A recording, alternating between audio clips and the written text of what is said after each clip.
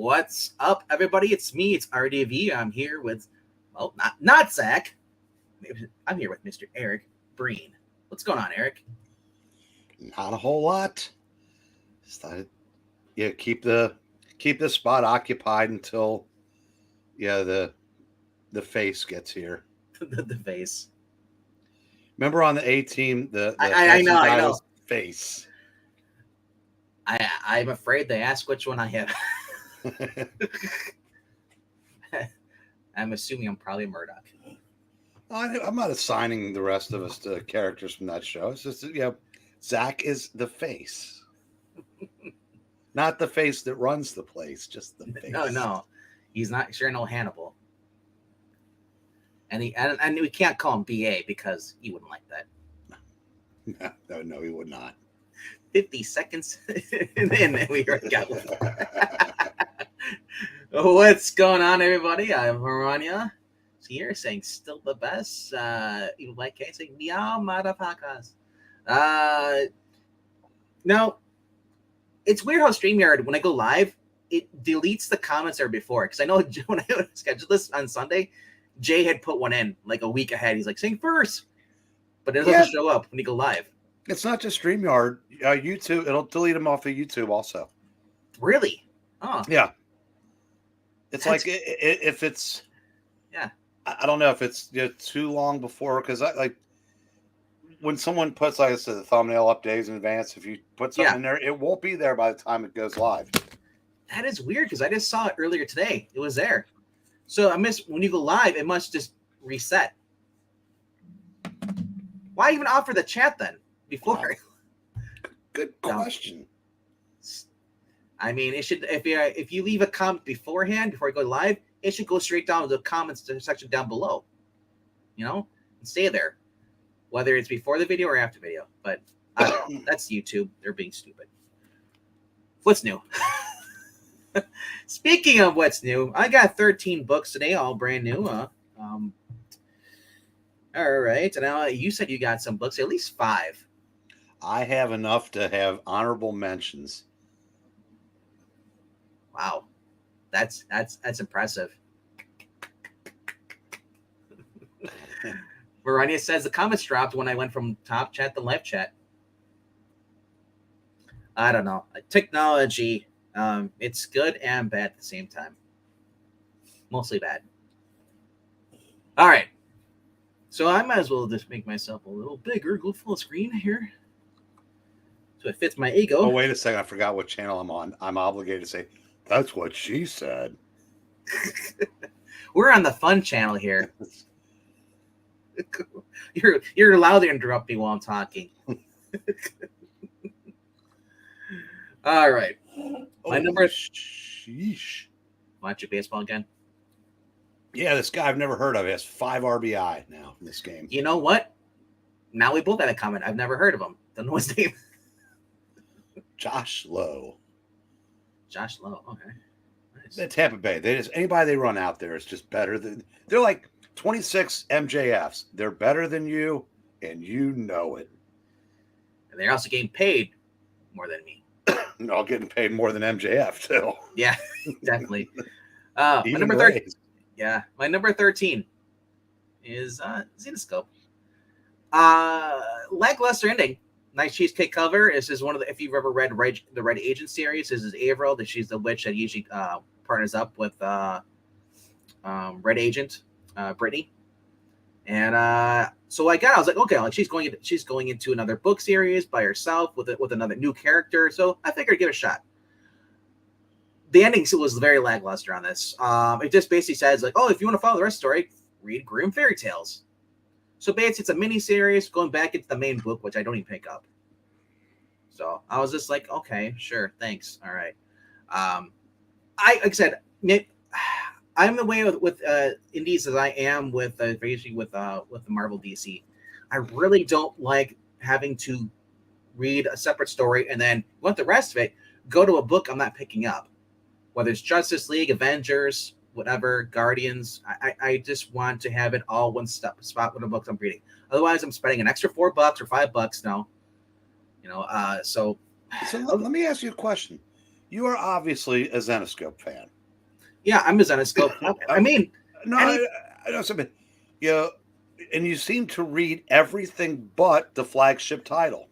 I've read the flagship title, and the art is horrible in there, and so sometimes the writing can't even save it. Well, I mean, I know that Yeah. the original concept, they've that's long gone. Yeah, the original stuff, I was reading some of that stuff, the original Grimm fairy tales, but this newer stuff I just can't get into. Well, originally it was just that, like kind of like different takes on Grimm fairy tales, and then they decided to become, I guess, an actual comic book company, and then the cheesecake, all the ideas, all the things, all the characters they could do that to, and because like Sela was, I think just like a host to begin in the beginning, kind of like Vampirella was, and then they developed the series around her. But I was just curious as to why. Which kind of surprises me why they would not put better talent on the flagship book. Exactly. Let me see some of the art in the inside. I mean, personally, I don't think any of the Zenoscope art is anything to write home about. No. I mean, it is kind of IDW cartoony art. Now it is. I mean, there used to be some pretty good artists there, but who's the artist on this? I think they get a lot of their art. Like I said, I mean, probably like Boom Studios get a lot of their art comes from like South America, overseas. This has story by Joey Brusha, Dave Franchini, and David Wall. So you got 3 people writing this, taking parts, and you also have, actually 4, 5.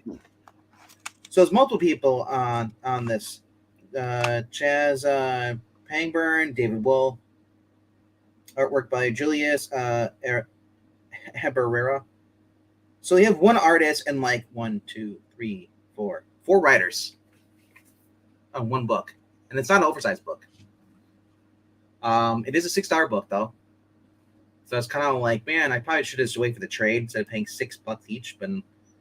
But overall, like I said, they do have a lot of good pinup covers, but I wished I got that in the interior. Yeah. I mean, sell what you're showing on the cover, in the inside.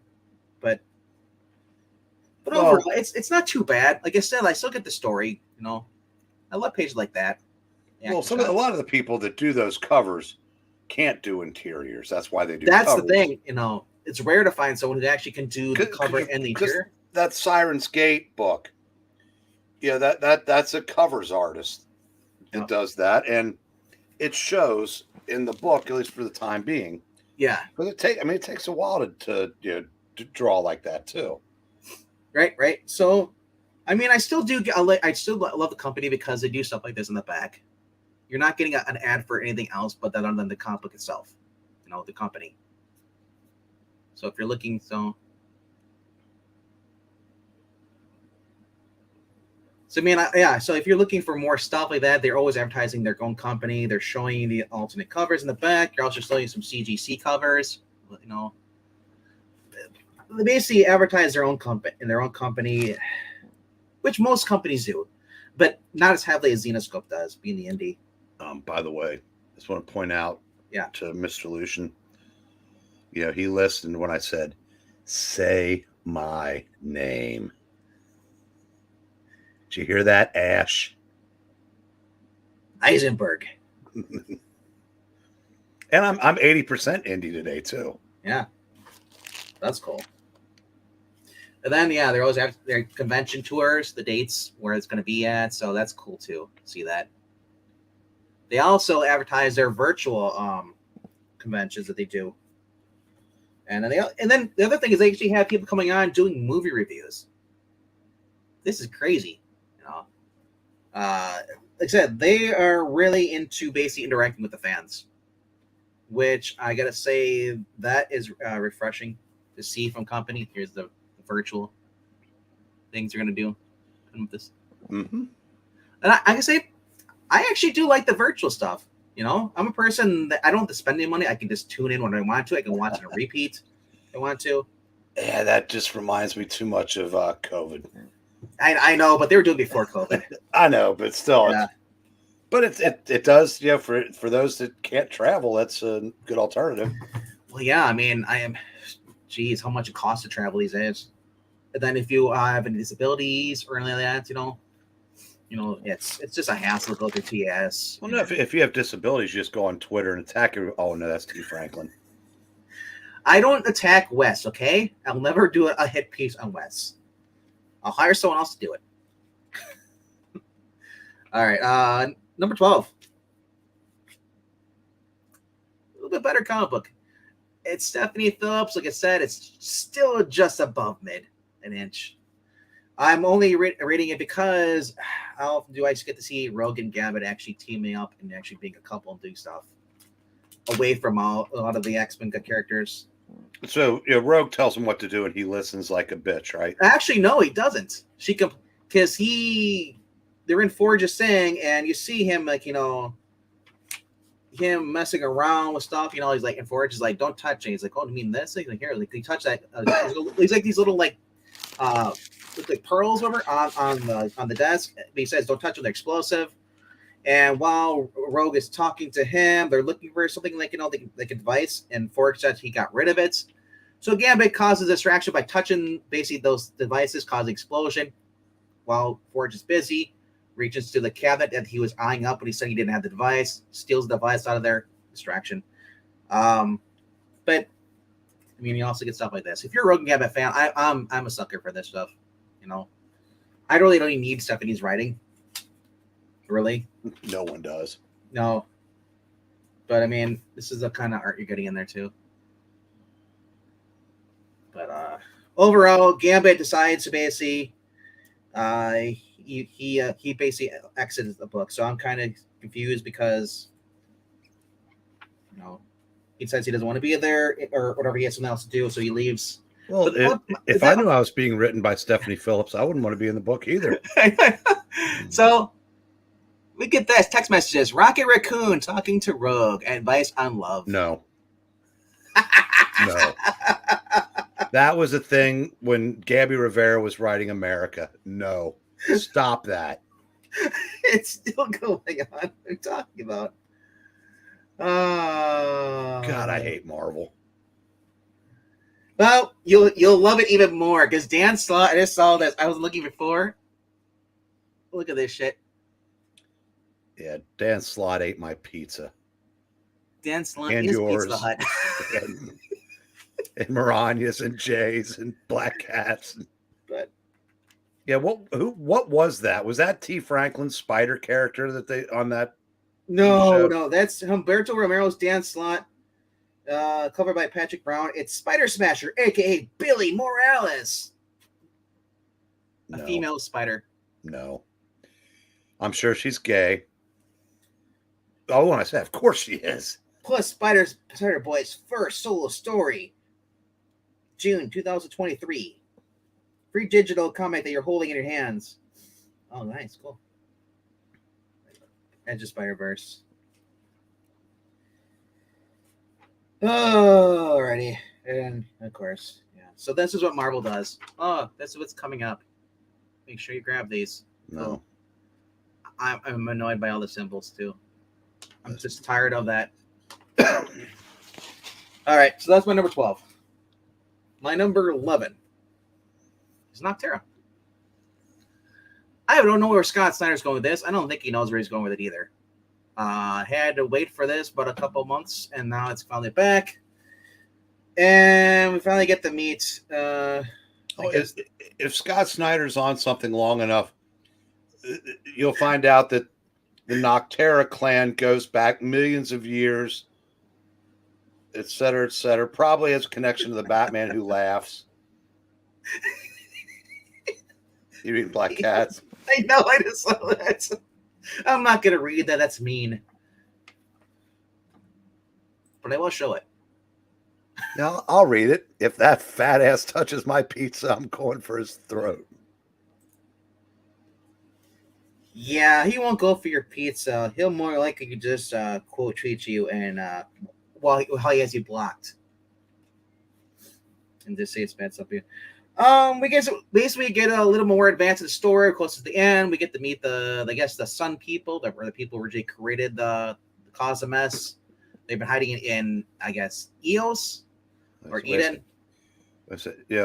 Jay, I know facts upset Whoopi Goldberg, but this is one time where they upset me too. No one needed to hear that fact. Yeah. Well, I'll tell you one guy who needed to hear that fact. Ashton Comics. No, he didn't either. Like I said, I'm not gonna spoil anything that's in the book, but I'm just saying, it just felt like, man, it's too short of an issue for what I've been waiting for. Hopefully, he wraps it up nice. Yeah. Well, thank you for that wonderful Englentine introduction. Oh, you're welcome. Happy to be here. Crashing the party. Are you? Look, they'll change in 10 minutes. What's that? Can you crash a party that you were sent an invitation to? You're not supposed to break kayfabe. Oh, well, isn't he wrestling right now? Nobody. Why did anybody? No tower, sir. Just a bridge. Well, why did anybody tell me these things? Shh. All right. Greetings, everyone in the chat. Great to see you tonight. Hope everyone's having a wonderful Thursday and you got to read some good comics. Is that number 10? Is it enthusiastic enough for you? Yes, that was. West Coast Avengers. I'm trying to sound positive. It's good of you to, because Venkman's on like his second Marvel out of the last 3 books, so we need all the positivity we can get. Yeah, he's hyping up these Marvel books. We get narration from Tony talking about his days and when he worked with the basic West Coast Avengers. Who's on the cover with him there? Wonder Man, Hawkman, or Hawkeye. I call him Hawkman. He's the same thing. So it's a throwback going to the Silver Centurion armor days and talking about how they were working with technology basically to keep themselves from being mind controlled, by telepaths. So we get to see some the original armor. You get to see some of Chitara, or not Chitara, but it's the same damn thing. Tigra. We get to see the perm stuff, Like I said, this book is a hit or miss with me. This issue was kind of cool. I mean, a lot of throwback stuff. They just explain what's going on. He's talking about how his life used to be complicated, but also less complicated when he lived dual lives. Yeah, I'm going to actually pay a Marvel book a compliment. I've noticed when they do these throwback stories that are set from like when, in the 80s, when they were published in the 80s, with a sliding time scale, it would actually be about 2018, but they still do the styles of the era when it was originally published, which I actually kind of get a kick out of. Yeah.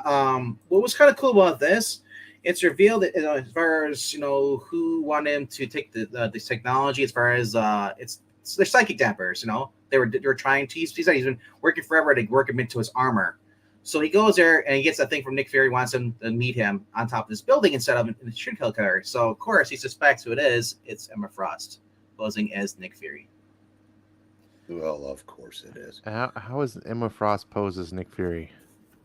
What do you mean? Psychic links. You can make yourself look like anything. Oh, she psychically tricks people. Okay, gotcha. Yeah. She dresses up and she gets a mustache on. But of course, because it's a trap, she wants the devices that would prevent people from resisting her telepathic, brainwashing or mind control. Of course, she sends in Spider-Man's villains. And I love this. He actually compliments. He would have, what he said. He's like, Wait a minute. So Doc Ock is just a bitch for hire now? No, he's being psychically controlled by Emma Frost. Oh wait, this is back when Emma Frost was still a villain. Yep.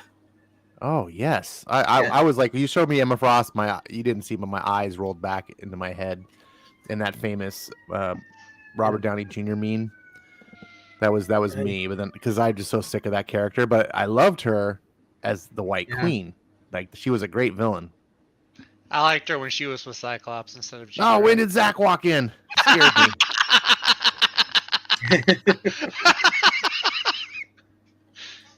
The element Yeah. of surprise. I love the fact he actually gives compliment to Spider-Man, all his villains. He's like, he would have thought, this guy would actually have a lot of, imposing villains back then. This guy, he's a lot stronger than we give him credit for. He said, like, taking a blow from the Rhino.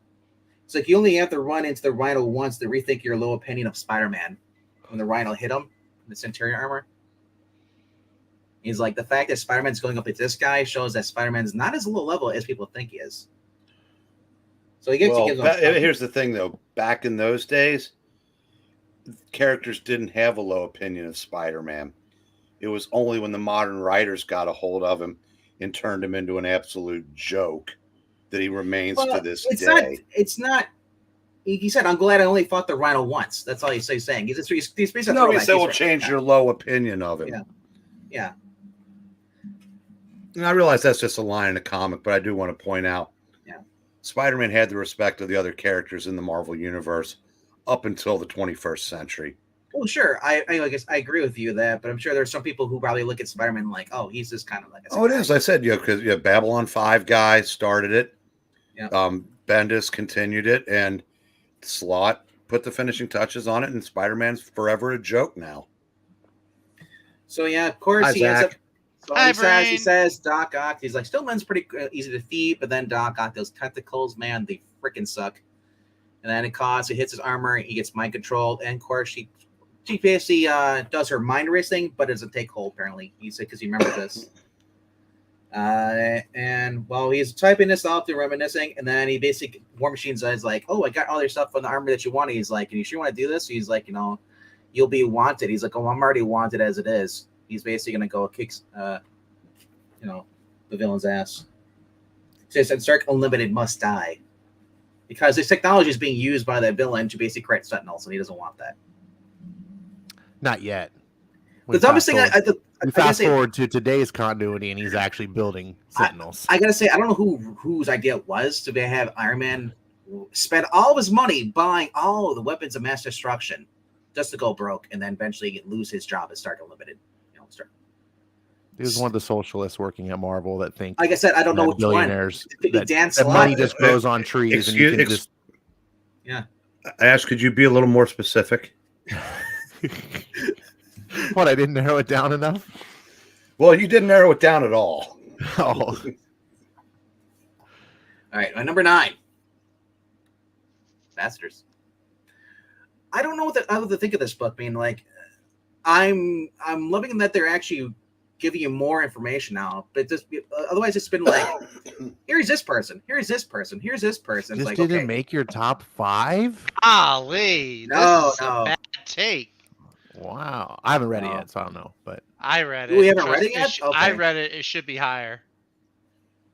You should be higher reading this. I only got to read 3 of my I got to read 2 of my comics, and I borrowed one of Zach's. Right. Wait, how did you borrow one of mine?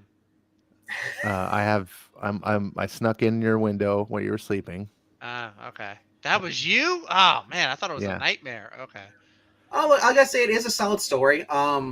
There's nothing wrong with it. It's just that I had some other books that are on my list that I personally enjoyed more. We all have different varying opinions. 8 to be included at Yes, specific. yes. 8 more books. At least 8 more books for me. At least he enjoyed it more than Iron Man.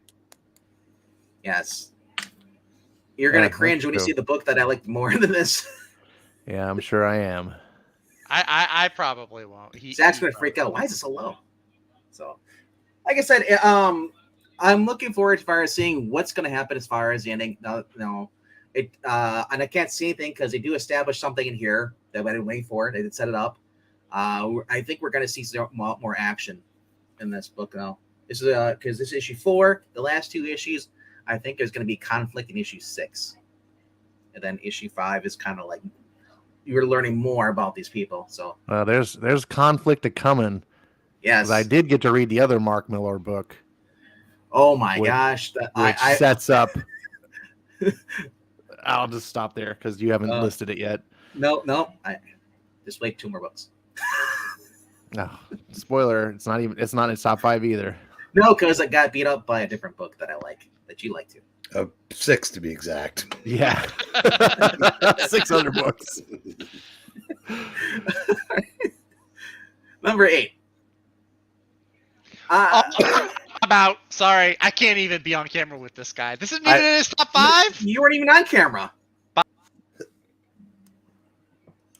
I just came on to say I can't even with you. I can't be on camera either. I'm not going to jump off, but I'm just going to say. All right. Well, Zach is clearly in the Jeremy Adams cult. I don't know, but he actually Jeremy left. Adams can do no wrong. So he is to Zach what Mark Miller and Frank Miller, anybody named Miller, is to you. All right. So let me add the Not dumbass anyone back in. named Miller. Here he is, back in. My The reason why this is so low, because 1, I've never really been a Green Lantern fan boy. Boo. 2, I don't need to read another book where the main character is basically in a strange relationship with his ex-girlfriend who he likes. In his Why are you still reading Spider-Man? I don't read Spider-Man. He doesn't. No, Yeah, I dropped that. He did, to his credit. I dropped that. Like I said, I don't want to read about dysfunctional relationships. That's real life. I don't need that bullshit. That's depressing. You know what? Because this is the book that I snuck in Zach's window and read. Oh, So- yeah. Okay. Why are you sleeping? I'm going to give this is a positive review. I thought this was a good book. I think Jeremy Adams is a solid writer. I'm not a huge Green Lantern person myself either. Although I want to like the character. Like I hope someone like Jeremy Adams can make me love the character. Like I want to like him more than I do. I think whatever. Yeah. I think it's a really solid first issue. It is. But I agree with you. I was like, with the ex-girlfriend, whatever. I was like, but he could be setting up for the fix, like getting them back together. Which right? I hope so. It's not Jeremy Adams' fault where the continuity lays. He's got to come in and go into what's currently happening and deal with that. So he didn't write her that way. He didn't write them broken up. He's coming into that. Now we'll see. Does he fix it? Do they end up like there's something to be had? Like I think that's actually good. As far as I know, they've never been like a long-term couple anyway. It's not that's like one of the reasons why I never cared to read it, because I don't. It's hard to have a relationship with a woman on Earth when you spend all your time in space. That's true. Are you kidding me? New 52, she had a ring. She wasn't evil. She just decided she wanted a younger version. Now, New 52 didn't count. Now, I will say this: you don't listen. They could have had, because that was my complaint. I said, God, do they have to reset their relationship every time they start over? I wasn't a big fan of that either. Yeah. But the alternative would have been, he comes back to Earth and she rushes into his arms. Then okay, now what? I would rather. So I mean, I get why they did it. That's not even. That wouldn't be a believable Carol for me. But let me throw out this. Let me posit this something that might be a silver lining. This could be a way of him building the relationship, getting them together, and it's always romantic interests are always more interesting when they don't start off that way. When the characters are just like, hey, we're just in love, whatever. There's no like. Honestly, that's why I'm sticking with the Ash, because I know I have faith in Jeremy Adams that he can turn around. But man, like for this issue alone, this seems like the relationship part. It's everybody does the same thing, no matter who it is. They're broken up, and even like Ed, aren't they? That sounds like a freaking manga. At least milk it. I hope he bangs Cowgirl, Aricia, and anybody else I can't think of before he gets back to Carol. Why not? Yeah, exactly. Not everyone needs to be Wally West. Damn. Everyone needs to be Wally West. How dare you? Hal is a completely different character than Wally. Sure. Like I said, he's a womanizing. He's like he is the Maverick. He is the Top Gun. I understand that. I was gonna say that's the other thing. That was my other takeaway. I said you can tell Jeremy Adams has seen both Top Guns Yeah. numerous times. I was Because- just gonna say, Yep. glad you mentioned Maverick, because the biggest thing I'm gonna crap on this story is that it felt like Top Gun Maverick. Well, Okay, that's here's the thing, though. It's just because Maverick was like a recent big smash. And Well, No. The whole because- love interest story, the whole relationship, their chemistry was exactly like Maverick's and Jennifer Connelly's character Yes. in that movie. Okay, but to be fair, that that was probably influenced originally by the first Top Gun, Mhm. and that's been running through. Now, see, the problem with Hal Jordan is he was never interesting until he turned into Parallax and went evil and went off the canvas, and they had to kind of like reinvent him. The same with Barry Allen had much better stories after he was killed off before they brought him back. Mm-hmm. Yeah. So now, I said now, if anything, he might have leaned too much into the Top Gun thing, but I don't mind he leaning would be into the the Top first Gun thing. writer to borrow heavily from. I don't mind leaning Yeah. into the Top Gun thing, yeah. but copying the exact way that Maverick did it, like that, it felt a little too on the nose. But even then, it was a really entertaining read. Like, Can I give a further review? yeah, on this? sorry. Oh, I'm not I'm going to be here sorry. long, and so this is one of the books that I read. So I just want to give my 2 No, cents. no, yeah. Like I said, I trust Jeremy Adams. He could probably make it better. Like I said, I just don't want to deal with stuff like that. I mean, Alison Puig says, like, "Oh yeah, well, good relationships are part of real life too." It's like, but this is a fantasy world. I'm not going there to to have fiction. Like, I don't want COVID be mentioned here. This is or anything like that. I want this to be. Do you It want is, him to but- be the Cleavers? Hell yeah, yeah, and I want Zach as their kid. Their 30-year-old kid that lives at home. No, but I understand because it's been going on and off as far as like, will they, won't they, since 1961, as Evil Black points out. It's just a personal gripe I have. Look, Other than that, it's a phenomenal book. I do like it. here's the reality: Carol Ferris is a bitch. I know. Sure. I She know. has been for 60 years. Yeah. And I don't know that's why Hal ended up banging Cowgirl and Aricia and anybody else I can't think of. Aricia, isn't that the minor? She's a She's C not next a Tuesday. minor. She's on a different planet where the years go faster. So I gotta say, I do like the cover. I do love the art. And then we're like, oh, what the hell is this shit? Ruby? Yeah, she's one of Cats. Paul and MJ's kids. Oh my god. Time goes faster. So yes. Well, apparently, for those who care about that, it's revealed that the kids aren't hers. She I didn't know. have them. She just found them. And the backup story wasn't bad either. No, Yeah, no, it wasn't actually. I do like the John Stewart story too, as well. Like I said, I have hope for this could actually be a good book. Now, will it sell though? That's the thing. You know what though? That John Stewart story was infinitely better as soon as John Stewart got off the page. All the parts of John Stewart, boring, cliche. You think so? Really? Yeah. I didn't And then think as soon that. as you you get past those pages and it goes back to Hal Jordan, you're like, oh, it's an interesting story. I'm just saying. It's all the interesting parts had no John Stewart. Yeah. Well, I think we can all agree that it's nice to see Green Lanterns not being done by Jeff Thorne. Yes, Yes. I will concur. And I I like- and I realized I like that it was not all his fault So because at the time they were pushing JoJo Mullins and Teen Lantern to the almost the exclusion of everything else. Yeah. I would even say even nice to not see Grant Morrison. Green Lantern hasn't been done well since Venditti got kicked Oh, I off. agree. Yeah, the Grant Morrison thing was interesting in spots, but it was not. It was. Okay. It wasn't like it was terrible. It just totally broke. Like you were getting this amazing Robert Venditti run, and they're like, let's go into Grant Morrison's weird wizarding world of like. You're just like, oh, It's sort of like All you're right. getting an amazing Flash run, and they say, "Let's take him off of that and give it to." my number Or- 7 is it's a little bit epic. oh, this was another one. I snuck into your window and read this one, Bankman. I didn't even I know I this watched thing you was read a it. thing. I was kind of scared. How is this I not didn't in even- your this- top 5? This flew under my Because- radar. So far, it's been a good story. I mean, like I said, I want to see one more come, but I do love I'll tell the you art in why this. it's not in your top 5 because you're not pretentious enough. because I'm autistic. This book knocked my socks off. I was Is that good? Did you have a sticker too?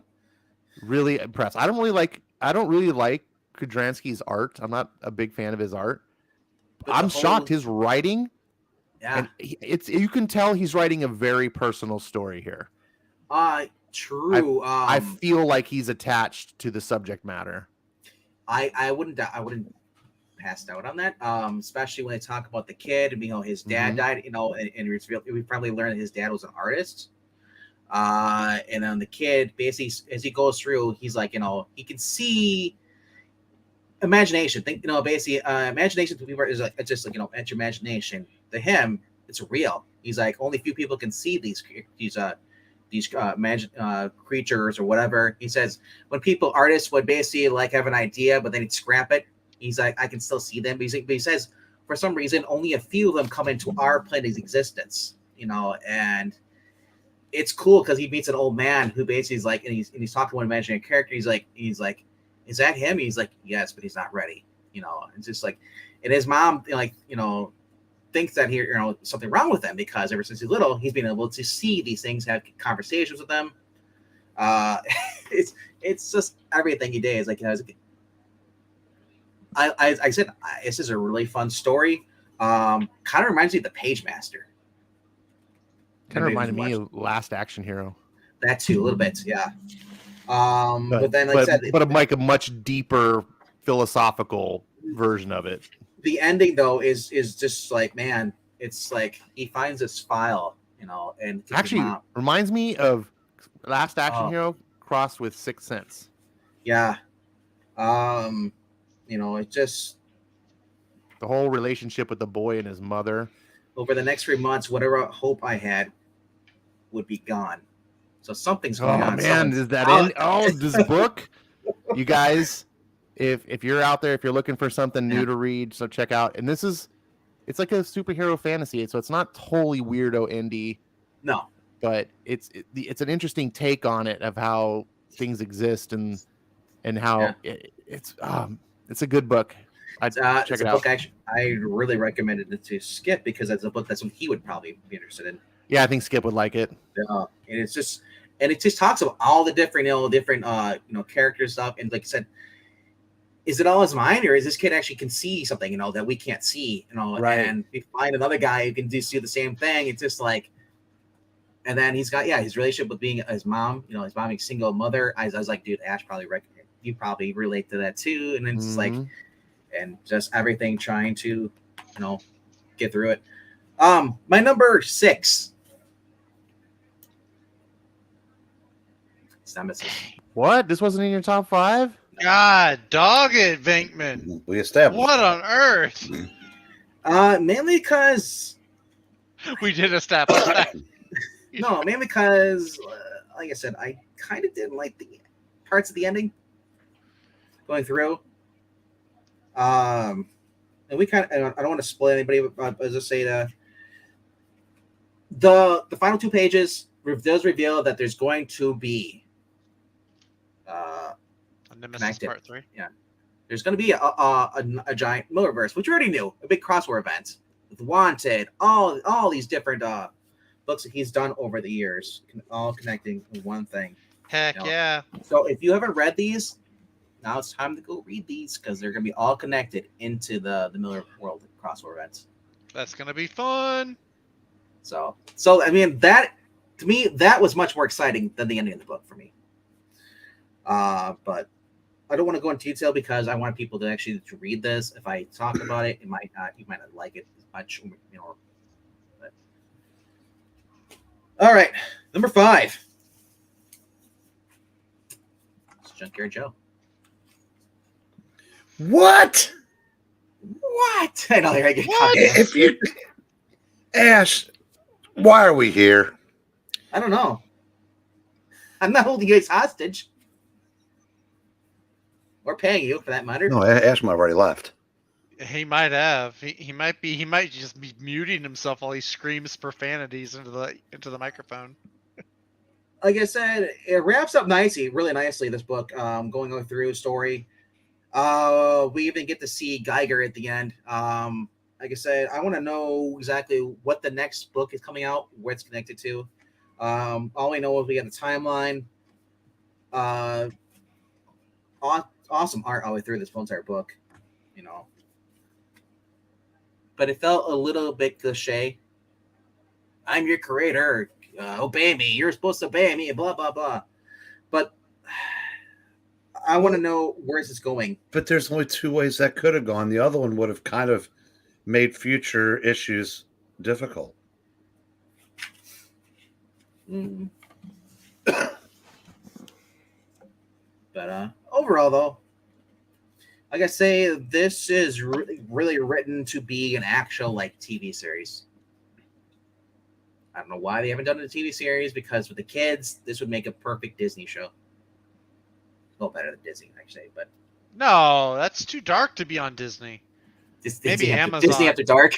Maybe Amazon. And the kids are too straight for it to be on Disney. That's also true. Oh, all right. That's also true. Even on Black on what? Zach, did you miss it? Or see what they said earlier when he laughed? He's like, finally, we defeated Raysum. And then you came back and it's back. You guys knew I wasn't going to stay away for very long. That's just right. You don't have a life. That's not true. I actually... never mind. We'll save that one for later. I'm on my 5th date with that girl. I could have been. All right, so overall, like I said, very wholesome, a little bit dark. Junkyard Joe, man. I love to see people coming together to basically give that finger to the government saying you can't have Joe. All right. Joe, don't go. But so my number 4. Order of the Jungle, issue 5. Oh, I forgot about that book. I always forget this book even exists, but when I go to read it, it's like, man, everything I read before just comes flooding right back to me. It's just a fun book. Like I said, I'm not a Tarzan person. Dan Jurgens has been knocking out of the park with this book.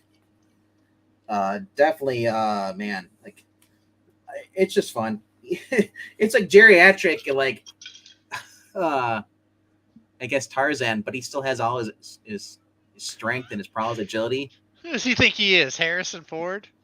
Apparently, they don't have arthritis from living in the jungle for all those years. I Well, I guess the way he's writing the series holistic living.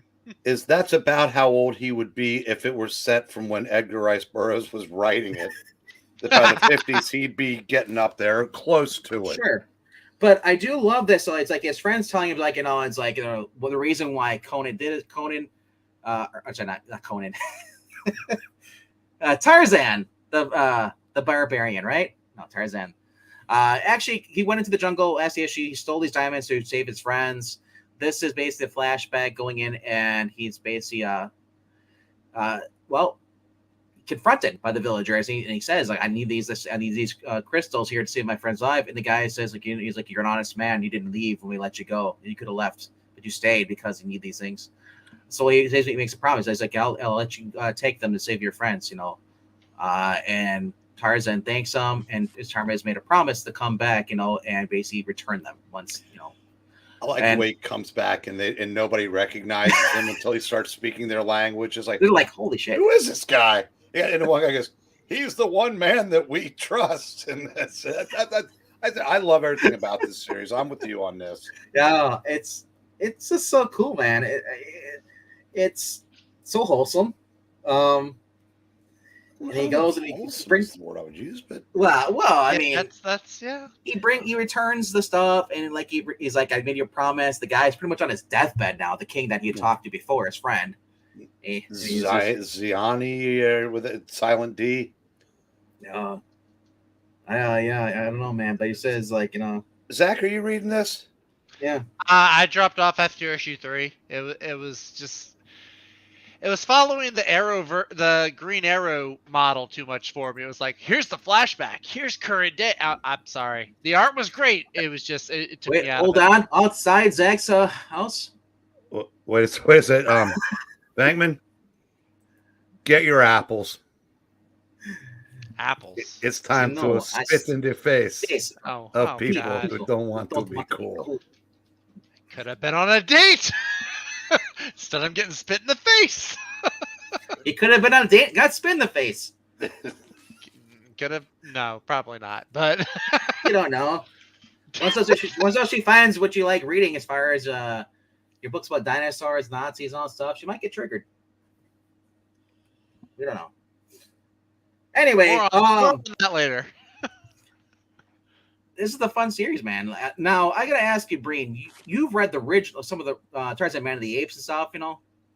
You know, I was never really a big Tarzan fan myself. I mean, I've read some of the older ones now, and I've read a couple here and there, but I said this is kind of new for me, so I'm really enjoying this, and I like the fact that it's not set in modern times. Yes, that's true. Exactly. I did like that. I did like that it was a period piece. It's actually an old man book where it doesn't suck. Marvel, you can learn from this. Yeah. The last time they did one was Old Man Hawkeye. That was the last time they did one that didn't suck. Yeah. The last time DC did an old man anything, all Queen Lost an Arm. He could have been on a date, but you didn't buy the chloroform. So whose fault is it? That one was mildly. That one was mildly good. Black Cat, mildly. But this is always fun to see when you open a book too. Oh yeah, I saw that in one of mine. Ooh, Betty Page. Yeah. Bam. Wham bam. Thank you, ma'am. Yeah. But overall, this is the interior art. Like I said, I do recommend you do check out this series if you haven't done so. I've never been. I said the Tarzan that I ever watched anything with Tarzan was the Disney's, cartoon one, animated. Hey, movie. that was a good one. I know, as I said, and I'm reading this there was the one. It had like one of the Skarsgård sons that played. That was a few years ago. I did not watch that though. That was actually pretty good. Christoph Waltz was in it. Margot Robbie played Jane. It's actually one of the roles. The bad guy. Yeah, he's the bad guy. Christopher Walken. Yeah, not Walken. Gone. What's the guy's name? He's in Inglourious Bastards. He's the bad guy in that one. Oh, It's Chris something. It's not Christopher. Maybe it's Christoph. I don't know. But he was a good bad guy though. All right, next book. That's gonna drive me crazy. I gotta look it up now. Yeah, of course it is. But number 3. I actually really like this. Like I said, I'm enjoying the story. Like I said, I do love the art's actually pretty good in here too. For being in Marco, I gave it the once over, and the art kind of turned me off. I liked it. I thought it was pretty good for an art. I mean, it's a little Christoph cartoony Waltz. a little bit for the kids, but I'm used to this. I mean, with the animated series, the Batman, Beyond stuff, brother and sister struggling. They're basically their father, basically, who's if you've been following the series, the Joker is he's an AI, and he realizes that he's pretty much his program that he's on is pretty much deteriorating, and he only has so much time to spend with these kids, even though he's not really the father. It's just the back of his conscience, and so he sees that the kids are hurting, and he wants to basically take them on a tour of his memory, basically of stuff that basically said that of who he was, because he says I wasn't the Joker. Joker was an ailment that I had. It was the real me. And of course they run into a trap at the end. Diana Prince, who works for the FBI, is in here too as well. And then of course Bruce is still being, in order to basically avoid going back to prison, he's working for the FBI. So overall, I would rather have Dan Mora art on the interior, but yeah, you can't draw everything. Exactly. He's a little busy these days. I know, right? Just a little. Ivy is back. Harley's trying to basically rescue her kids, and then they run into basically I forgot what her name was. She's the daughter of. She's not a villain. She's the daughter of a villain. No, this is the girl who basically tried to be the Joker. Remember the new Joker? Neo Joker. Neo Joker, yes. So Like I said, I'm looking forward to more of this. It's Katrina Collins, or sorry, not Katrina, Katana Collins, the wife of Sean Gordon Murphy. Sean Gordon Murphy did the story. Katana Collins and Clay McCormick did the script. Yeah, and you had Mirka and Delpha on art. So obviously, Gordon, he's not, he's Murphy, he's not drawing it, but he's still involved in it. And honestly, he's married to his wife, so I'm sure he talks to her every day about the story. So they probably plan out together. But all right, number 2, Stargirl, Last Children. I'm looking more to this, this character every time I read anything with her in it. So, like I said, I've been going through the Goyer and then going through the Johns now, the JSA. It has just been fun. We get to see more, learn about more who I guess Corky is. He's the little guy, from the Time Team Beer or whatever they're at there. He works with Rick. Who? Sorry, Rip. Yeah. Whatever, Rick or Rip, whatever. Rip is a stupid name anyway. Overall, basically, this is going to set up to lead into JSA. That's where Courtney's going after this. Just Society, right now, they're doing Red Book. I thought that's ending too, isn't it? Or is that still an ongoing? It's an ongoing. It's just DC really botched the scheduling of it. Yeah. I know people were saying there was rumors going around that it was like a 12-issue miniseries, but everything that Jeff Johns has said says that it's an ongoing. DC's just botched up the scheduling. Yeah. So basically, all these characters here are now reintroduced into the main continuity. Ones that basically from different times were not allowed to go back to their times because of the paradox. So they have them basically at the end. They end up showing at Courtney's front doorstep with Courtney, and she's like, "Hi, Mom and Dad." Yeah, and she's like, "You're still grounded," but they're like but they're too worried. They basically have to like find a place for these kids, and then get to see Jay meet his daughter. That was cool. Our future Our Man with here was basically had been corrupted. They basically actually helping him. That was cool. Childminder gets her ass kicked. So, like I said, it's if you love the original Stargirl series, Jeff Johns, this is pretty much like to me, same style, same vein, and what you expect from there is what you're going to expect from this, and which is crazy because that came out in 1999. That series, and I've been liking it. All right, my number 1 book of the week, though. And get ready to go, what? Because it's Daredevil. Just kidding. I've been liking this series a lot. Everybody knows that I'm a fan of the Batman animated series, and I've just been enjoying this. Breen, you actually might enjoy this, and maybe not as much the art. I mean, it's Ty Templeton. I'm not what's your stance on him as well. But this is Dini and Burnett, basically continuing the animated series, introducing characters that were never in the animated series into that universe. Amanda Waller, or Amanda Wawa, as I like to call her, is in here with the Suicide Squad. They're trying to stop the Joker, who basically has this device that can put on anybody, control them. The Joker ends up basically taking the Suicide Squad after a failed attempt led by Harley to stop him under brainwashing control, and leads an attack against Batman, non-sexual, or I should say asexual Tim Drake, who basically doesn't say he likes boys or girls in this, which is nice. He basically has a personality from the animated series, and he'll also have Batgirl, Barbara Gordon.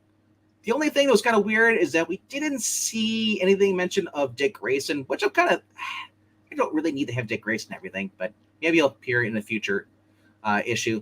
He has been in the past 2 volumes, or season 1, season 2, if you want to call it. But it looks like we're going to go back to Court of Owls after this, with some more Talon, more stuff, and then Ra's al Ghul. So if you like the Batman animated series, this is just on fire for me, dude. I just love this. I love that Ty Templeton is back after his battle with cancer, and he's back to drawing, and it's just phenomenal. I love it.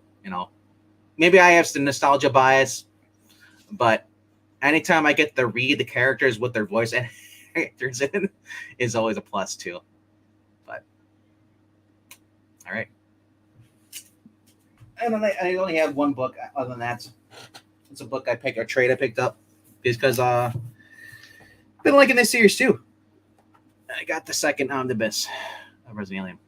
Oh, nice. Yeah, nice little thick trade. So covers volumes 4 through 6 in this.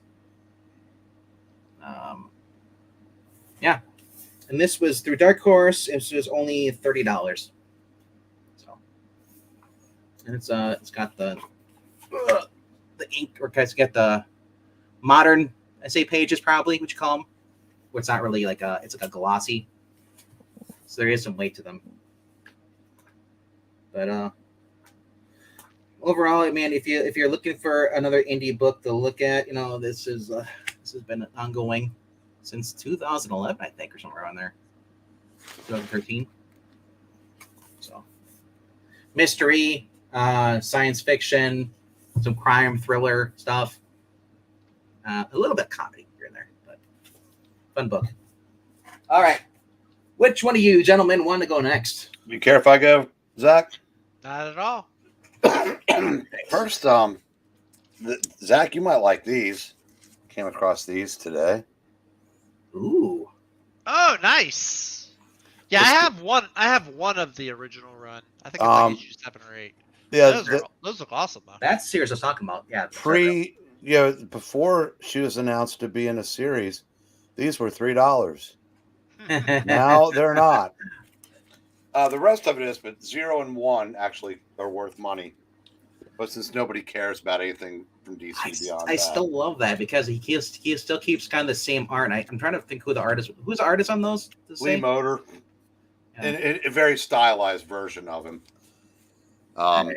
Okay, first of all, I want to point out something that this may not be that big a deal, but to me it kind of is, because it tells me that the industry isn't 100% off its rocker still. This Action Comics, this last issue, Oh. the second story, written, drawn, and colored by conservatives. That's the Dan Jurgens, and that's the one where Betty Brightweiser is doing And colors, Norm right? Ratman. Yep. Mhm. I was saying I found that to be fairly interesting. I hope they collect those separately, so I don't have to get the other two. So it's cheaper. Well, I'm saying it's just like I said. There was a time when the only one of the three that could have even gotten a sniff at DC was Dan Jurgens, because he'd been there the whole time, and they Right. kind of just it was kind of a don't ask, don't tell. Okay, Yeah. The ones that didn't make it, Miracle Man #5. Oh, hey, that's the Neil Gaiman one, right? Yeah. The whole thing was pretty much Dickie Dauntless and that lady talking. It's more like a filler issue. So, enough said. Danger Street. Oh. This is where I think it's the wheels are starting to wobble a little bit. What I said from issue 1, as soon as I saw Lady Cop, I said lesbian, and issue 6 is the issue where we find out lesbian. And the thing is, it's just a line where she goes, it's something smell, and she doesn't want to get on her, and basically says, not trying to say my wife, but it's her lover's name. And it's obvious that it's another woman. So, and the kid from the Dingbats, every other word out of his mouth is an F-bomb. It kind of got tiresome, and I don't know. Like I said, we all kind of predicted issue 6, 7 in that range would be when it would start. We'd start Tom Kinging it up, and I think he's going to arrive right on schedule. So you know I'm about to say, wasn't 6 or 7 of Human Target? Wasn't that the one where Ice freezes Green Lantern and shatters him? Yeah, but he sucked from issue 1 on that, just like he did on Strange Adventures. That cover makes me want to go get some Fruity Pebbles or some cereal. That was a clever cover. I did like that cover. Yeah. It's not bad yet, but again, like I said, I just I don't know. Like I said, whoever was it coined the term, I think my wife said, "Gay fatigue is real," and it's. I said Yep. you can't escape it in anything anymore in comics. Okay, my top 5. He Number has a top 5. I'm Number- shocked at this. I know. number 5, Nemesis Reloaded. Okay. I liked it, but I've been consistent. I've been saying this for the last 3 issues. If he wins and wins easy, then I'm not a big fan of that. And I know it's to set up what's coming after that. And I realize I said, the mayor was not, blameless, but let's be honest, it's disproportionate. And again, I said this, he's the bad guy. They make no pretense about that. And when he was asking him questions, the second one was kind of a reminder of that's why sometimes I just don't like Mark Miller's stuff. Yeah, when he asks how big is it?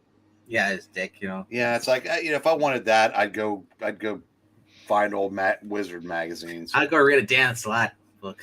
Yeah, but like I said, I'll probably come back for the crossover. But like I said, this was entertaining, no question. But like I said, I'm he didn't get 100% pass from me just because he's Mark Miller. I gotta say that's Fair. one of the reasons why, as a lawyer on my book, it didn't make the top 5 because the fact that he just wins. Good. I was like, I Number don't like that. Number 4, Count Dante. I'm not I haven't familiar heard of with that. this one. If you are of a certain age, mine, in the mid 70s, there was an ad that appeared in almost every Marvel comic. It was this guy with this afro and a goatee, and he's like, he is the deadliest man alive. Oh no, Count that's where it's Dante. from. Yeah, no, I don't. This is the unauthorized, sort of true, mostly bullshit biography.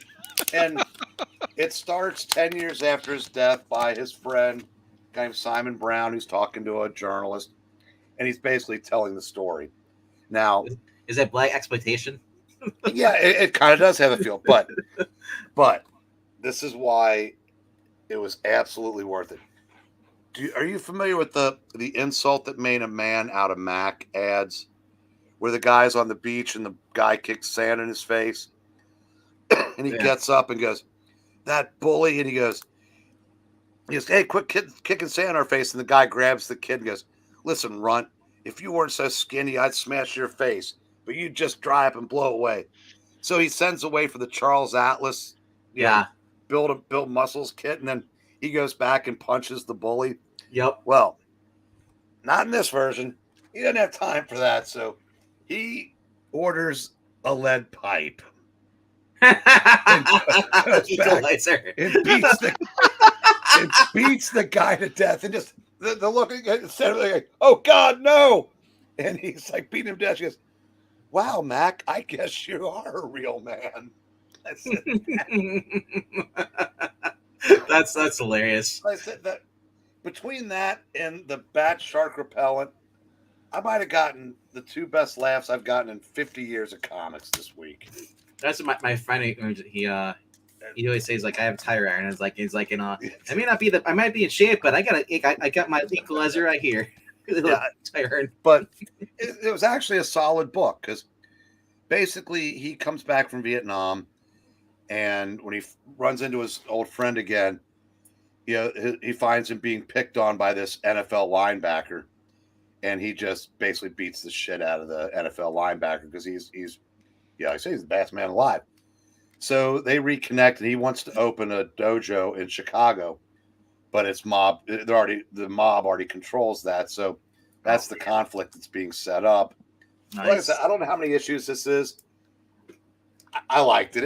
It was fun. Yeah, I recommend. It's a recommend. Isn't Now, that the Jim Kelly movie? I'm sure it's like some Jim Kelly movies, but yeah, but like I said, yeah. And now, Grant, if you're like I said, if Jackson Roy Kirk is still in the audience, he will remember Count Dante. Or was it And Joe it's- Kelly? It definitely helps to be, old to appreciate, because I said that was in every comic. Number 3, Green Lantern. No. I think we've already talked about what we liked, maybe didn't like about it. Solid first issue. I'm gonna keep going for now. I said I can't believe I'm saying this, but I'm kind of getting into Dawn of DC. About half of it. But I think the other half's good. You always talking about how he's kind of excited for Hawkgirl. I think that's going to be absolute trash because I Yeah. saw Yeah. he's writing it, and Yeah, I'm not thrilled about that one. that person's going to have to prove they're not a Stephanie or a Vita or a Teeny or a T. Well, Yeah. he's not. He may identify as a she, but No, it's a woman. No, writing it's a it. woman. It's a are you legit sure? woman. Yeah. Holy shit! Because that does. Wow. Or it might be a trans. Who knows? Because, like I said, DC's got an internal conflict going on right now. That's why I think you're seeing half of the books are really good and the other half are just terrible. Number 2, Lord of the Jungle. Magma, we've already talked about that. Zach, sorry you dropped off. I think you might have made a mistake, but Probably. I'll go back and get the back issues. I'm only missing like he's. the last Like I 2 or said, 3. I think this art is as good as anything. Yeah. Out there, with the exception of maybe the next book that was my number 1. Are you still getting that vibe? It feels like the old artist. Yeah, it's. I said it's to me. It's like. Yeah. Well, I said I got Jack Geist, and then someone else saw John Buscema, and it's kind of like I said, the two put together. And so we've already talked about this, but number 1, Junkyard Joe. And what more can you ask for? Jeff Johns, Gary Frank sets up, what comes next. I can't wait. I thank Ash for, telling me I need to be reading this, and to Zach and Bankman and everybody else that I really need to be reading this. I've now read everything but the 80-page Giant. The only reason why I haven't read that is I keep forgetting it exists when I'm in a position to buy it. Well, you're welcome. I was glad to be around to tell you to go read indies. That's If it wasn't for me, you never would have got into reading indie books. that's true. I owe it all to Vang.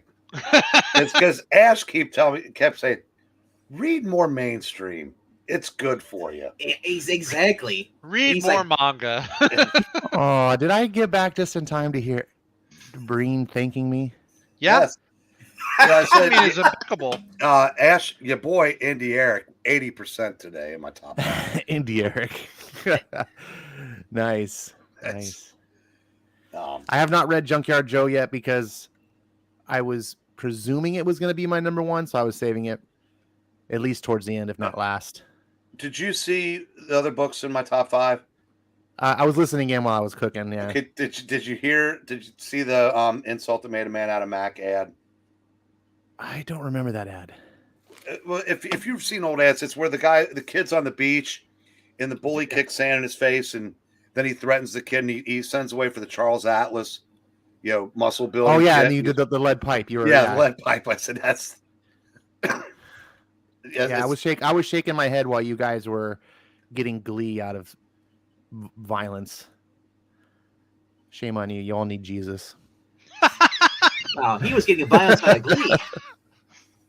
Yeah, But well, I said, but I we were in think, the, I think he's being facetious. but Ash, we were in the He spirit is. of Count Dante. Sort of facetious. You do know I that. kind of think they. It's like Semi facetious. It's like a violent version of Zach dabbing.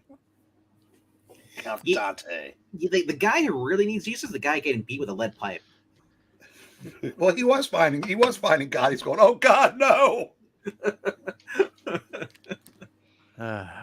Also, I think you guys missed the point of Nemesis, but Well, why don't you regale us as you go through your books, Mr. On Comics? I didn't get to read all my books, so it's not really. Ah, okay. I would just say what my belief for the whole setup of Nemesis is just basically to lead us into the bigger picture.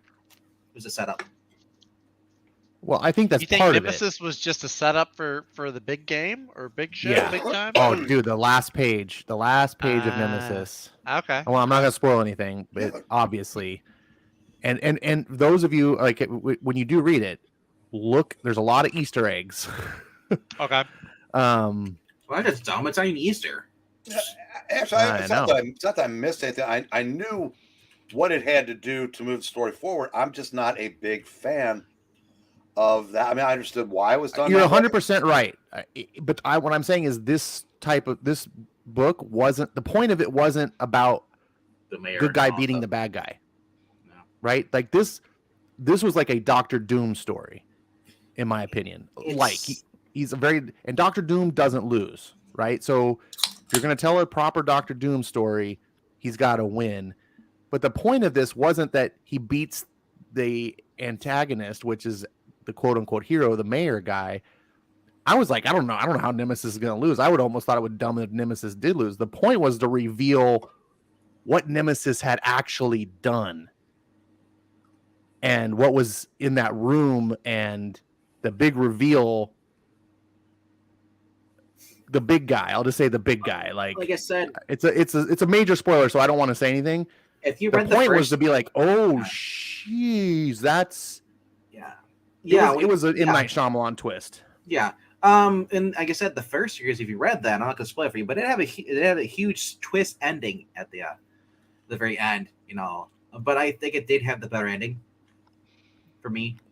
And they're using that reveal about what the world was like before Nemesis to set up the big game. So it's a twofer. You get this big like, oh, whoa, what that was going on? That what?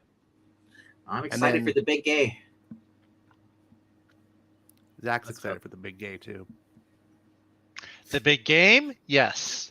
Pepe Larraz, No, he said big gay. Wanted, Nemesis. I know what he said. I'm choosing to ignore it. Anyway, we're gonna get to my Well, books now. fine. I'm leaving then. Screw this. All right, I've got a few And I'm books taking my stream with me. I haven't heard anybody mention tonight, and they're on the lower end of my pull list, so maybe there's a reason why they weren't mentioned tonight. Daredevil. No, I did not pick up. I told you I dropped Daredevil. I found someone else's copy and read it on 7. Reddit, and yeah, Oh, yeah? I'm kind of glad I stopped. But there was Yeah. some cool stuff in it though. There's a scene that he Oh, does was with a there? knife. But- Okay.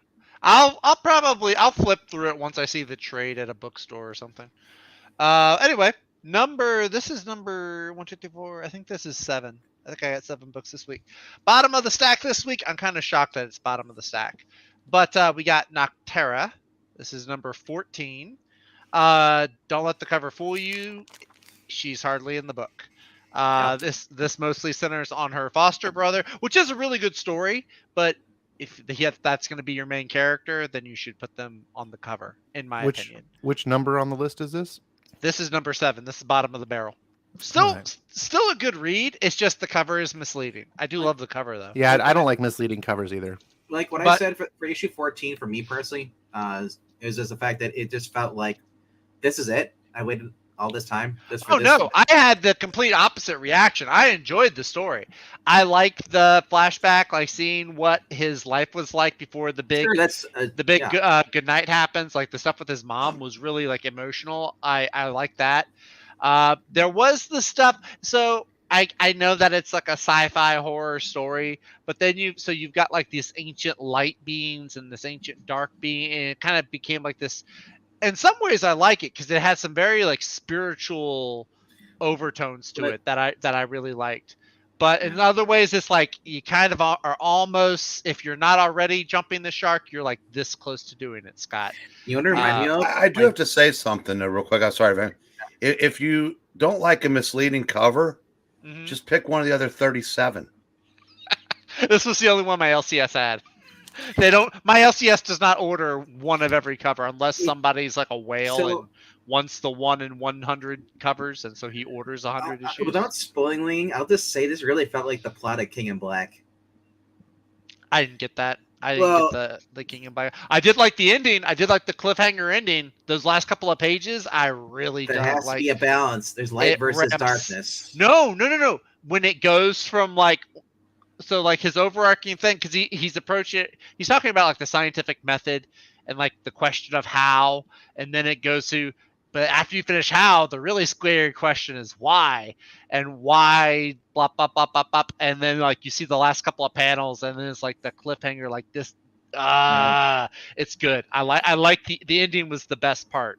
But I like the rest of the book was Blacktop good. Bill more than I like Junkyard Joe though. The Eh. character. God. Blacktop Bill is just a fun character.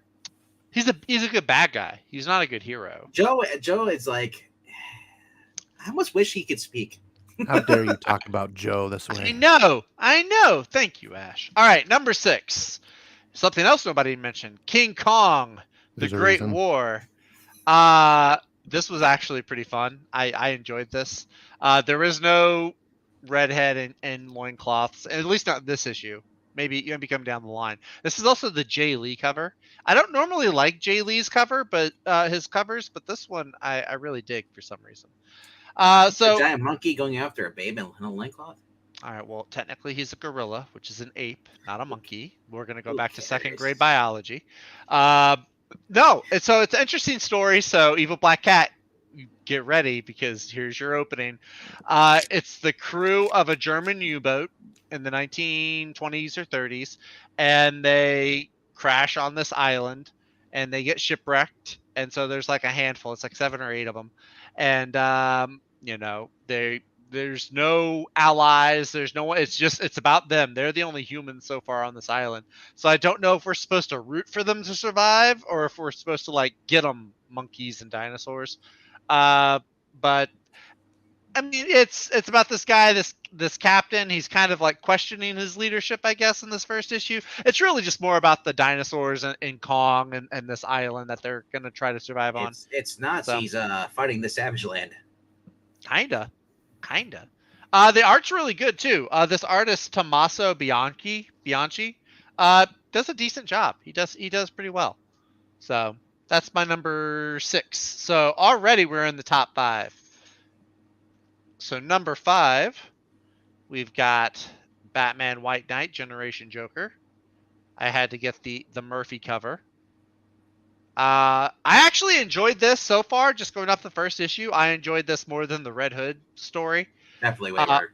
Yeah. Mirka Andolfo's art. This art I feel like is actually closer to Murphy's in some ways. I like they do the shadow thing. So if like Harleen is standing against a wall, her shadow is the Harley Quinn shadow. So I like that. But I yeah, have to the story. confess, this is the best Mirka Andolfo art I've ever seen. Same here. Facts, straight facts, 100%. I enjoyed the story. It's Harley and Joker's 2 kids. One's the good guy, one's the bad girl, and Joker's. If you read Batman White Knight Beyond, you know that Joker's got like a hologram of himself, so that's how his kids are able to see him and he's able to interact with them. There's some really fun. I don't want to go super into details. I know, Ash, I don't know if you've got to read it or not. I don't want to spoil it for anybody in the chat. But I do really like the villain towards the end, the one who's kind of taunting or antagonizing Joker and his kids. Yeah. I did like that. I thought that was a really cool device. And then I'm kind of curious to see, because we see on the cover, he's got like his Justice League characters. Like there's Diana Prince, there's John Stewart.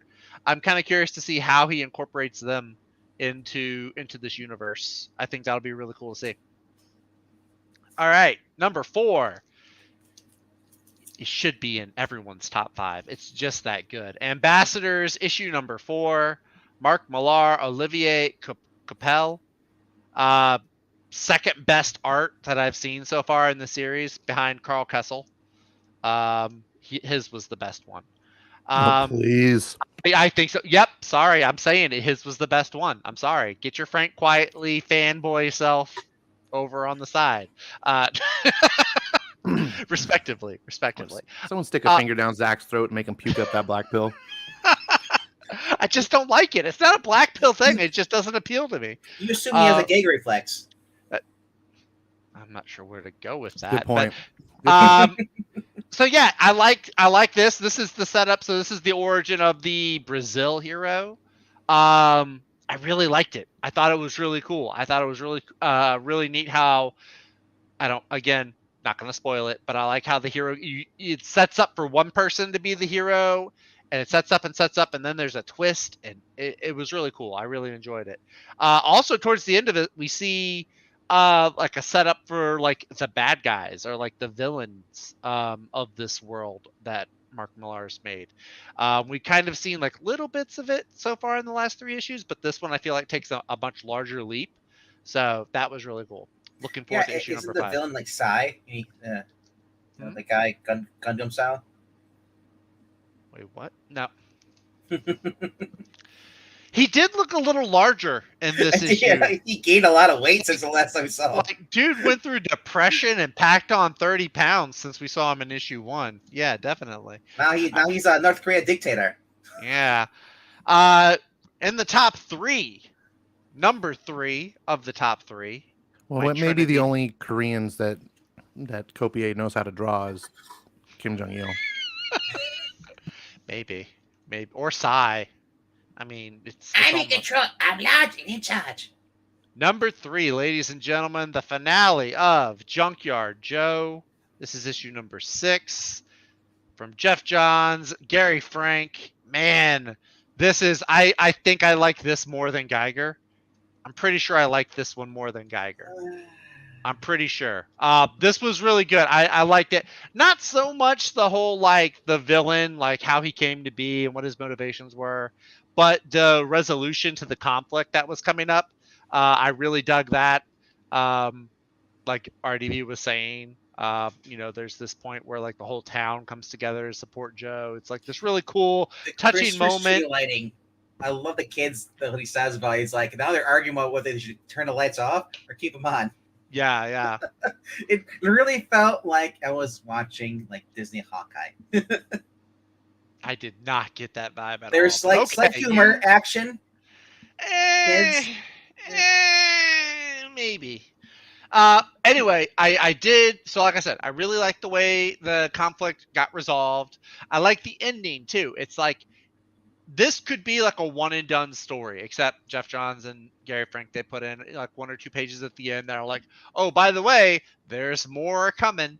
But I did like the resolution of everything towards the end. You see characters go through these growth moments, and they get beyond where they were at the start of the story. So I thought that was really cool. So yeah, definitely looking forward to seeing. I think he says the next book they have, I think it comes out later this year. It's called like Ground Zero, and it's supposed to like take place like right at the start of the Unnamed War or the Unknown War. So that'll be really cool. All right, number 2. I'm about to shock some people. This is my number 2, not my number 1. Even though I made a big deal about it. The only reason this is my number 2 is because I just happen to like parts of number 1 a little bit more. This is still a fantastic first issue. It's Hal Jordan. So when I got into DC, Hal Jordan was my first favorite DC character.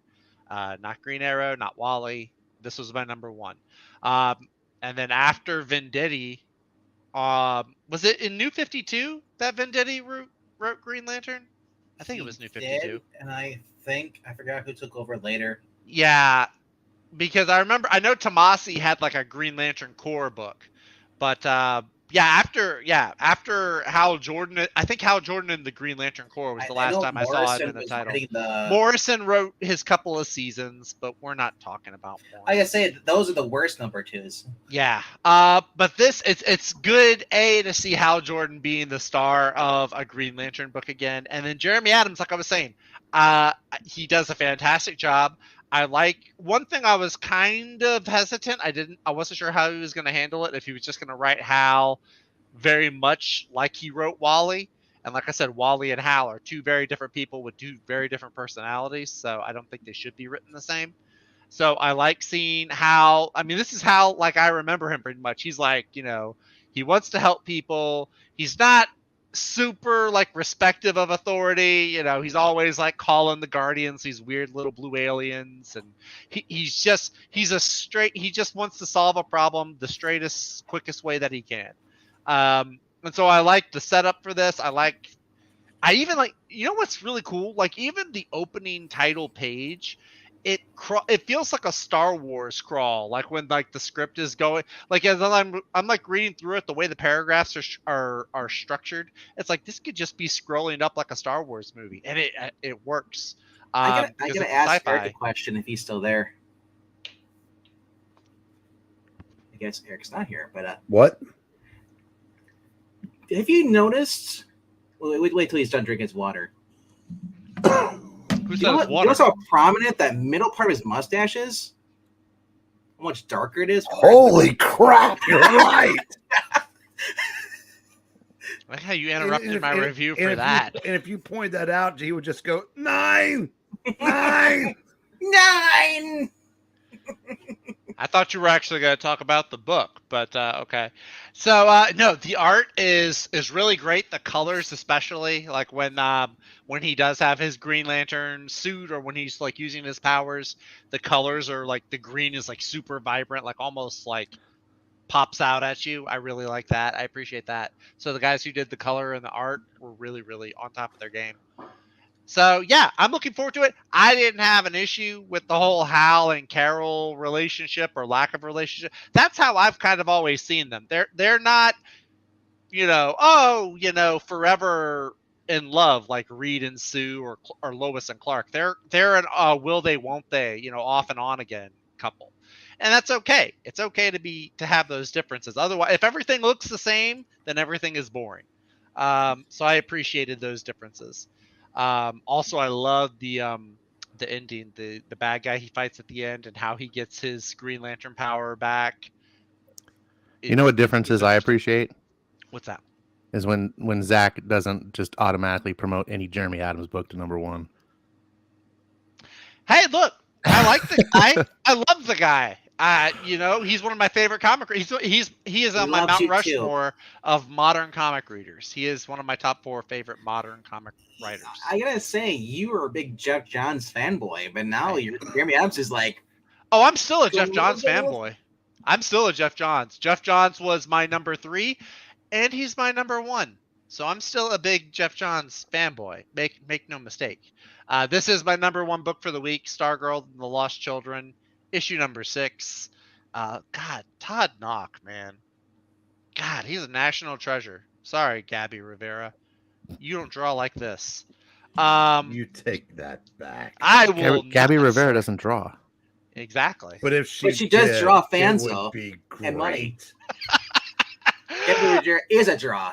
Stargirl also gets it edges and it beats Green Lantern by a hair, just mainly because I like this whole tone, this whole return to the golden age that Jeff Johns is pushing for, with his JSA and Stargirl and the stuff that he's got coming through the pipeline. I really dig those characters and that time. And just seeing like all of the resolution that we get come from this, and how what happens here in Stargirl is going to be carrying over into his Justice Society book, and even more, he has more Golden Age related projects coming down the pipe eventually. It's just all really cool to see. Todd Knox art, it's just vibrant, it's fun, it is very similar to Young Justice. It brings back a lot of those same vibes. What did you do? Ooh, this is kind of interesting. Okay, sure. It's a new thing they added to the StreamYard. Okay. But yeah, my one thing is, here's my one gripe. If I can have one gripe, and it's not even a huge one. I don't know how you're going to have, what is this, at least 20 characters and have them all meaningfully included in projects going forward. I mean, that's a lot of projects if you're going to have them meaningfully included. Red Skull would be proud. Question mark. It's a lot of them. But yeah, like we know that Judy the Boom, we know that Jeremy Adams has a 3-issue series with her and Jay Garrett coming out soon. None of these other characters have been mentioned so far. I did like towards the end. So one thing I like is when they show like these giant, when it's usually with the Time Masters, they have like these giant chalkboards with phrases and names and everything, and it kind of gives DC fans like a little clue of what's coming down the pipe. And so whenever they say, they're on the chalkboard. In this one, they say like Young Justice Society. So it's like, oh, that could be really cool if that's one of his new books that he has coming. That might be really cool to read. So, listening to somebody's television. We can mute it. He's watching his porn back there, and he didn't realize it was going through. That's not. No, let's not do that. No, my buddy turned on the TV. Sorry. No, you're You good. yelled You're him, good. 9! 9? Hey, Skip, how's it going, twin? I'm just sad that Junkyard Joe is not going to be as good as the Green Lantern book. Well, that's just. I wish Jeff Johns would have wrote better. That's just my opinion. I think it was also that I've been looking forward to Green Lantern for like months now, and Junkyard Joe. It's been a while since issue number 5. You weren't looking forward to Junkyard Joe for months? Oh, of course I was, but I didn't know when it was coming out. I was seeing Green Lantern post on Twitter like all the time leading up to the release. So I just there's this tool that we all use. Bankman and I really like it. We promote it. It's called League of Comic Geeks. I'll tell you when the book's coming out. I'm on League of Comic Geeks, but I'm on there too. The too. I use is the guy below me. Wow. Dun, dun, dun, dun, dun. No, like I said, it's been a while since we've had a Green Arrow and a Green Lantern story, like a series by themselves. And they're not miniseries. Exactly. Well, weird. Green Arrow. If enough people buy Green Arrow, then maybe it won't be a miniseries. I'm hoping enough people buy Green Arrow to where it won't be a miniseries. Well, they have Megan Fitzmartin join the writing on the book. He will sell. Again, or just put T. Franklin on it. Your DC, like I said, back to this internal struggle I'm talking about. Half the people there know that they've got to get comic book fans interested in something other than Batman, or they're dead. And they also have to get people interested in stuff that will actually sell. Well, don't worry. They got Cyborg coming out. They got, what's that Spirit book thing? They got a book called City Boy. DC is first issue. Chock full of amazing hits. Well, that's what I say. That the problem is, I said that there's half the people there that get it, and the other half that still think it's 2017. Now we're being facetious. No one cares about these new books that. I care about I'm agreeing with you. The Vigil that Ram V is writing. I'm looking forward to that one. Yeah, Vigil.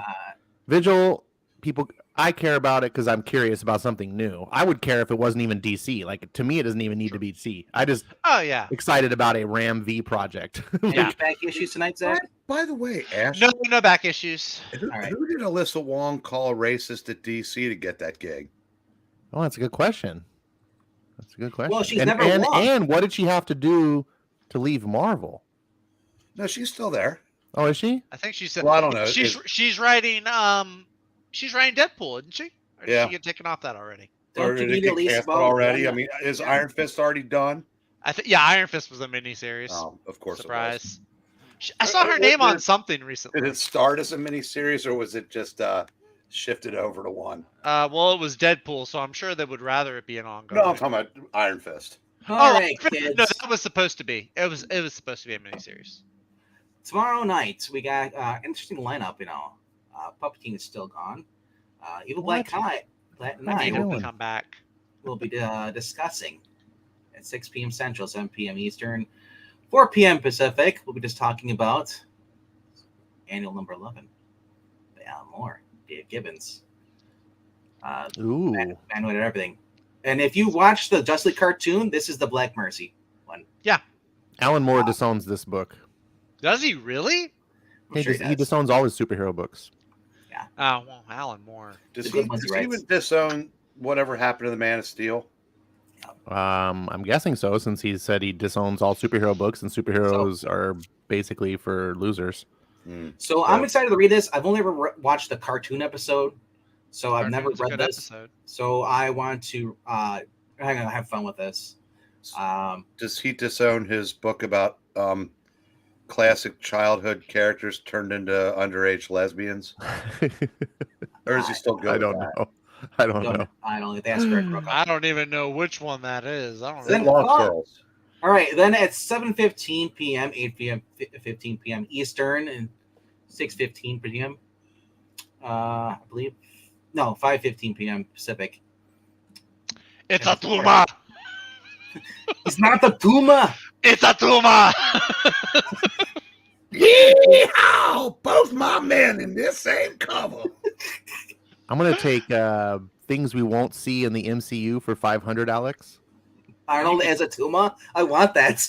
If whoever is a Tuma is not doing Arnold, actually, can I reserve the spot for me right now? Can I be a Tuma? It's really hard to make jokes. on You want to these be shows. German? I didn't know that. Please go ahead, Ash. I was talking about the comic, Oh, what about it? not an impression. Oh, You're not going to see Fantastic No. Four, Namor stuff No. in the MCU. probably not. Who knows? Maybe. Yes. Then following that, at 8:30 p.m. Central, 9:30 p.m. Eastern, 6:30 p.m. Pacific. Guardians of the Galaxy. Best Star-Lord Denied. costume. Are you sure? And you're sure we haven't read this one? Yes, I'm sure. Okay, You that's can the go same look lineup. yourself if you don't believe me. It's the same lineup. That's why I'm asking. I have my books in my bag, Mom. Jeez. You know, Hold on. Venkman, if it's got the same lineup, every book has a different lineup, so No, that's not true. obviously it must be the same book. No, it's not that. We just did a number of Yes. issues from we this did a run. bunch of these, yes. Yeah. So I'm looking forward to more Rocket Raccoon, some more Adam Warlock. Nice. And that is true for Wait, Mao. who's- Adam Warlock is up for grabs since Puppeteen's not Yeah, around. Puppeteen's not here. He normally does Adam Warlock. doesn't he? Also, bring in this issue, Blastar being here as Oh. well. Does That's he do why. him in a Christopher Walken voice? That's why. No, he does Adam Warlock kind of like Spock, like kind of British. calm, He sounds cool. British when he does it. though. Yeah, kind of. But I You're can't more than remember how welcome I to join did us. Blastar or Drax. You did Drax, I think. Well, yeah, I you think were- I did Drax like this. I used to do Kinda. tracks. But Blastar, I guess I'll just do like Sandman or anybody else of that ilk. Now I Right. know why we're doing this issue because Venkman's on a Blastar kick right now. Actually, no. I want to talk more about Rocket Raccoon.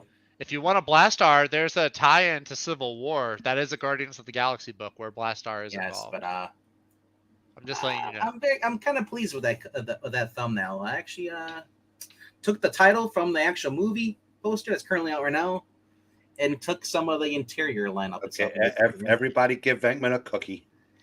You know what? Damn well, I want a cookie. You know, Zach, give me some German hazelnut cookies. Why would I have those? I Look don't at your have any. mustache, bro. Look at it. I don't have any cookies. What? Oh. You don't What? share with us because we're inferior. Well, That's what it is. Yes, the three guys that look almost exactly like me. You don't know what I look like. you don't know what Ash looks like. I've seen your hands, sir. How do you know I've those are seen my hands? Yeah. For those who don't know, Ash He's is kind of got me. Ash is actually a woman with a deep voice. How do you?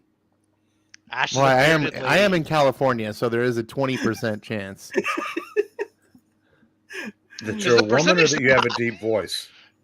No, it's probably higher. Oh wow. Well, I mean, I know don't it's know. California. I don't know. I'm being facetious again.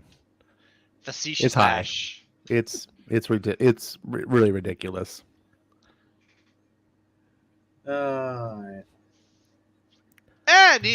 Anyway, So that's pretty much Anyway. it for tonight. We're for those who ever have Ash's Discord, have access to that. We'll be doing issues 5 through 8, reviewing of Murder Falcon. Oh yeah. Oh, come on! Still the best thing I've read. It's Since- definitely one of the most emotional books that I've read. It's better than 100%. anything that I've read Yeah. since. That includes today's or this week's comics. I think it beats this week's comics. Sorry, Junkyard Joe. And Oh, I Yeah. didn't get none of you guys picked Samurai Doggy because you don't have taste, but Samurai Doggy number 6 is really good. I read it too. I bought your copy. Did you list it? Oh, you borrowed a copy. He didn't list it because he's Yes, he's disloyal. No, because we're going to talk about it on Monday. Ash, We're gonna talk about Green Lantern on Monday. you're Go ahead. not buying Count Dante ass telling me I got no taste. Did you read Junkyard or Samurai Doggy? Did you read Count Dante? What the hell kind of Dante is? What the hell's wasn't- what's he wasn't Samurai here. Doggy? I don't know. Maybe you should watch my channel. You have a channel? Count Dante, deadly man Exactly. alive.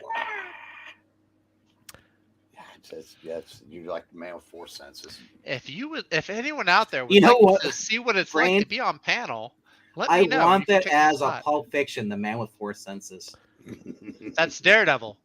Daredevil is a man with four senses. Easy.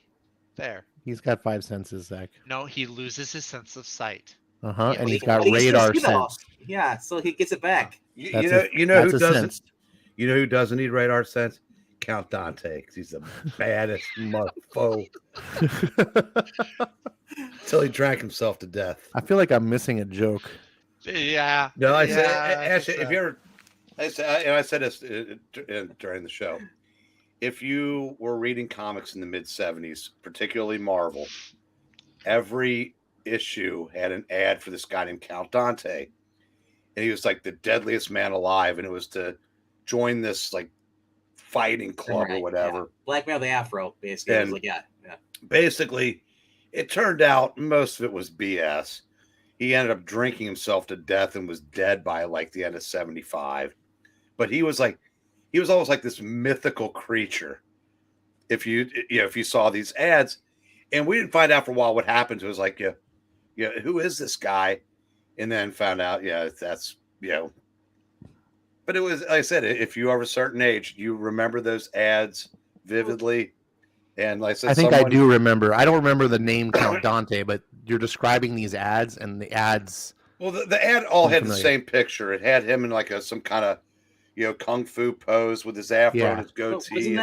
wasn't that a big thing in cover the culture in the 70s? There's a lot of Well, yeah, it was, but logos. and like I said, he cashed in on it, but Yep. Obviously. turns out he was a bit of a fraud himself. What? Really? But I said it was just. In So this he was book, Steven Seagal before Steven Seagal. that was mentioned, the other night on Yule's. Someone mentioned that on Yule's show the other night. And the book is probably like 20% fact, 80% BS, but it reads like the flashbacks read like a 70s blaxploitation movie, and it is actually a fun book. Blaxploitation is one of the pieces of Americana that we need to get back. There was so much cool stuff I that know. got lost, and we could be doing more of. And I'm not that just I saying- want to. No, I don't, when I say no, when I say blaxploitation, for those of you that aren't familiar, it doesn't mean I'm pro exploiting blacks. I was about to say.